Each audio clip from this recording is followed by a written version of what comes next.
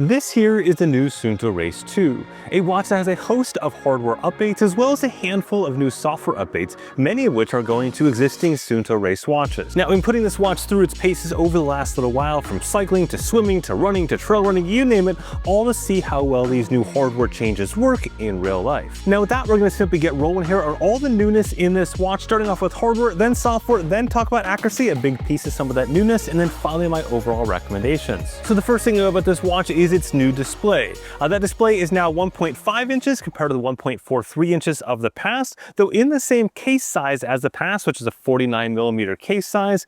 That display also gets increased brightness up to 2000 nits, though keep in mind, like most watches, 2000 nits is the peak brightness. It's not going to be at that brightness all the time, though as you can see here in the sun, it is still plenty easy to see, but by the same token, the existing Suunto Race was also super easy to see in the sun, so just kind of keep that in mind. Meanwhile, the cover display material is still sapphire glass on all the models, a nice touch from Suunto. However, the biggest difference on this watch is probably the back of the unit itself. That is a new optical heart rate sensor back there.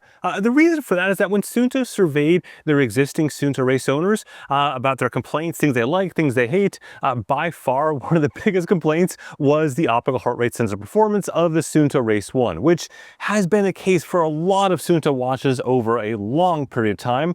This aims to fix that. Now, I'm going to dive into how well it fixes that in the accuracy section, but I will say they've gone a long way towards fixing that, so kudos there. Speaking of kudos, if you just would watch this video all the way through to the end, that is the only thing the YouTube gods care about these days, and it really would mean quite a bit to both me and the video itself, if video had feelings.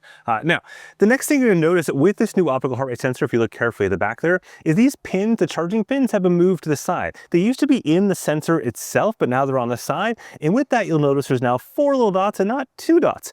So a couple things there. One, there's a new charger. The charger doesn't suck anymore like most of Suunto's recent chargers. So again, another kudos there on that one. And 2, there's also some future proofing with those dots there. There's now data connections in 2 of those 4 dots, which in the future Suunto says there may be things they can do with downloading maps or music or stuff like that that is slower on Wi-Fi, but a whole heck of a lot faster with a wire connection to a computer of some sort. But again, that's future proofing and not necessarily there for today. In fact, a lot of the things you're going to see on this watch is really about future proofing. Another one being the new processor or the MCU unit inside of this, which Suunto says is basically twice as fast in the past. They've also got, quotes, and this is an exact quote, a boatload more RAM, which is different than storage. The storage they've now increased or doubled to 32 gigs for the base unit. The titanium edition was always at 32 gigs. Now both of them are 32 gigs. That's for, again, things like maps and, again, maybe in the future, stuff like music as well. But we won't put that cart in front of the horse too much. In fact, on that music note, if you have the new Suunto Wing 2 headphones, which were also announced today as well, you can now do a direct connection pairing between the watch and the headphones for voice guidance. Now, the only challenge to that is because you're probably just going to want to play music through those headphones, you're still going to want to have your phone so you get the music from your phone to the headphones. At the same time, you got the voice guidance from the watch to the headphones. But again, if you put on that future-proofing hat, you can see a scenario where Suunto puts some sort of music or podcast or whatever onto this watch, and now you have one cohesive package for both voice guidance as well as entertainment, all of those headphones. But again, the future. Now, despite all these doubling of specs and whatnot, one of the cool things is the battery life here hasn't suffered. In fact, it's increased as a part of this whole thing, going from 50 hours to 55 hours. And that is a scenario where you have dual frequency GPS, which again is not the norm for these kind of battery claims. That's the highest end GPS configuration that you have in terms of best accuracy. And that is not with navigation, it is with gesture based. So that means that the watch face is off, so kind of like it is right now. And if I were to turn it on, it would go to on and whatnot. But any case, in my testing, that holds true. I got a bit over 50 hours in that same configuration, but with a power meter pedal paired to it. So kudos on that. I'm basically hitting their targets there. That dual frequency mode, I believe, beats all of their competitors in this size category. Garmin, everyone else across the board. And Suunto says one of the reasons for that is they've stuck with the Sony GPS chipset for better or worse. A lot of their competitors have bailed to other chipsets, including Garmin. In this case, I said Sony has continued to optimize that chipset just over and over and over again for dual frequency in particular. So that's why they're getting such good dual frequency times versus Garmin and others are beating them on some of the lower modes like GPS only because those other chipsets are optimized for those other modes. So kind of depends on what you want, but most of us want the higher accuracy accuracy. So good job, Suunto, on getting that higher accuracy. In any case, let's get back from the future and talk about two really boring things. Number one being they've decreased the thickness slightly. So it goes from 13.2 millimeters to 12.5 millimeters, so a 0.7 millimeter difference in thickness, but hey, it's thinner now. And number two, they've decreased the weight on the regular edition from 83 down to 76 grams, and on a titanium edition from 69 to 65 grams.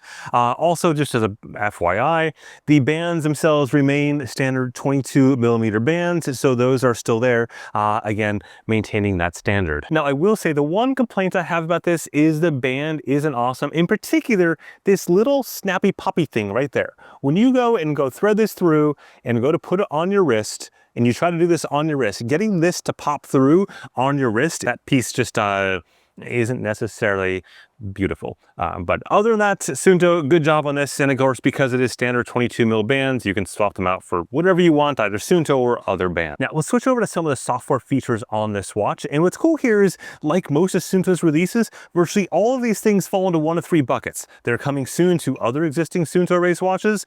They've already come to Suunto Race watches in the last few weeks. Or yeah, I guess that's really just two buckets, but somehow or another, everything is going to everyone, but I just kind of want to mention some of these big ticket items. The first one is now multi-sensor pairing. So if you have a bike like this and you have power meter pedals on the bike like this one does, and then you have another bike with more power meter pedals or other power meters of some sort, you can now save both of those sensor types into the Suunto Race. This has been one of the biggest complaints for probably the better portion of a decade on Suunto devices, and now you can have multiple pairings of the same sensor type, and you can even check battery status and whatnot. Now, there's still some things they can do here, like being able to name those sensors and stuff like that, but you know, let's not get the cart in front of the horse too much. I'm just happy to have multiple sensor types on the Suunto devices. The next thing they've done for their climbing guidance piece, which is kind of like Climb Pro if you're coming from a Garmin device, you can see the upcoming climbs and whatnot, is that if you have waypoints on that course, it allows you to zoom into those waypoints as opposed to seeing just the entire elevation profile. That's kind of a nice touch. It's something that their competitors, so like Garmin, doesn't do that. Garmin is purely the climb itself. So I like this little kind of unique option to zoom into that waypoint section instead, again, if you put those waypoints on there. Speaking of mapping and navigation bits, you can now download maps without the charging cable.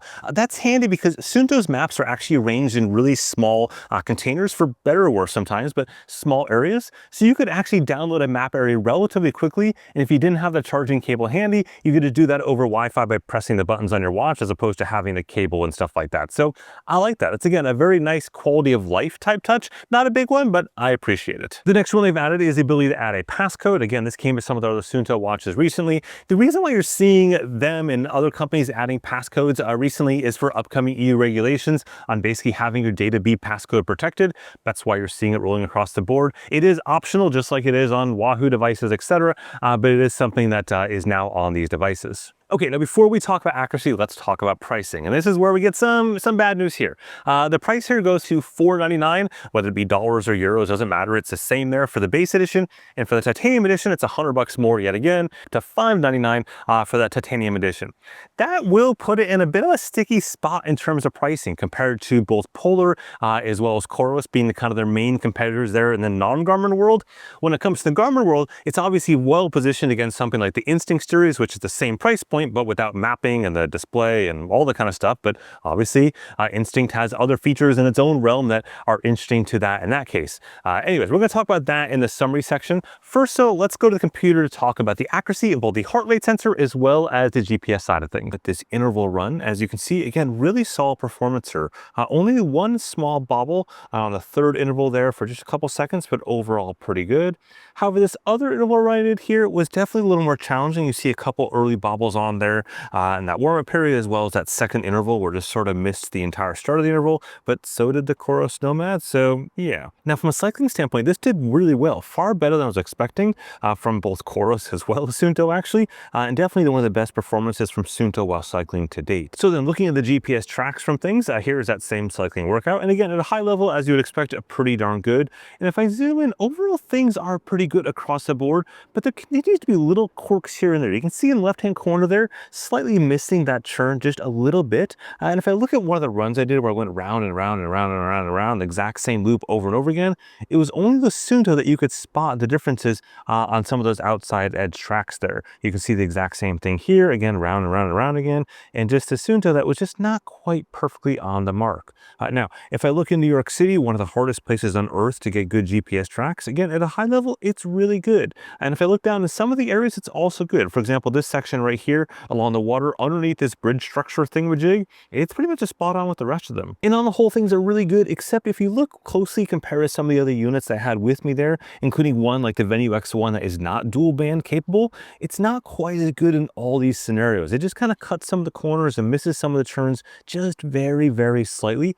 And if we get down into Times Square itself, where things get really, really difficult, it is the Suunto here that was sort of missing the mark a bit more compared to some of the other units there. Again, these are not horrible performances, but not as good as I've seen in the past from Suunto. If we look at this swim right here, you can see Suunto easily beat the Garmin Forerunner 970 in the water, a pattern that's continued since the 970 has been announced. But by the same token, it's not quite as good. For reference, the exact same route, it's a buoy to buoy to buoy swim, so it's exactly the same every time. The night before here with the Coros Nomad and the Venue X1, and you can see those are spot on, like absolutely perfect, versus one of the Suunto and the 970 wasn't quite as good. Nonetheless, on the whole, GPS accuracy is still quite good and heart rate accuracy is vastly improved compared to the past. Okay, so where are we on this watch overall? Well, like the original Suunto Race, I thought it was a fantastic bargain at the time, and then you even had the Suunto Race S, priced even cheaper than that, which was even better. Now, both the Suunto Race 1 as well as the Suunto Race S are sticking around. In the case of the Race S, that's considered like its own product line of sorts,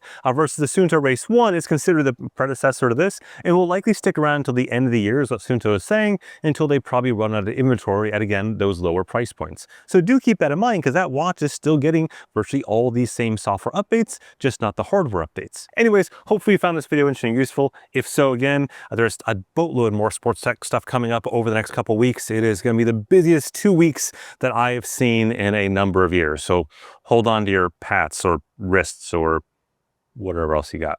With that, have a good one.